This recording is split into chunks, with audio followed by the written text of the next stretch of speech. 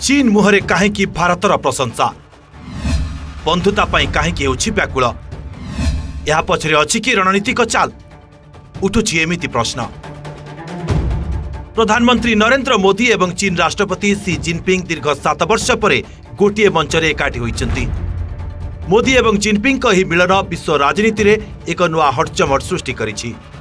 चीन रे होइतिबा एसीओ शिखर सम्मेलन अवसर रे खूब सम्मान सहित मोदी को स्वागत करा जाइछि। आउ एठारे दुई नेतांक मध्यरे गहन आलोचना होइछि। आलोचनारु जଣା पड़िछि जे भारत सह बंधुता पाई चीन हेउछि व्याकुल। तेबे एठारे प्रश्न उठुछि जे चीन हठात भारत सहित बंधुता करिबाकू काहेकि एते आग्रही।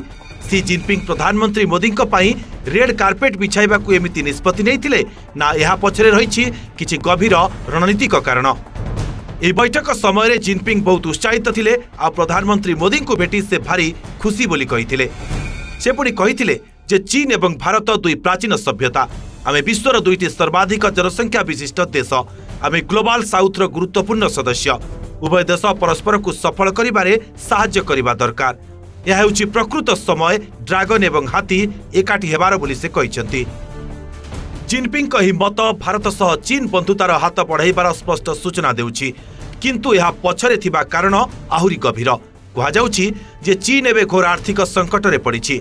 यार जीडीपी आशा ठारू बहुत कम अछि। यह जिनपिंग क्षमता उपरे उठाउछि प्रश्न।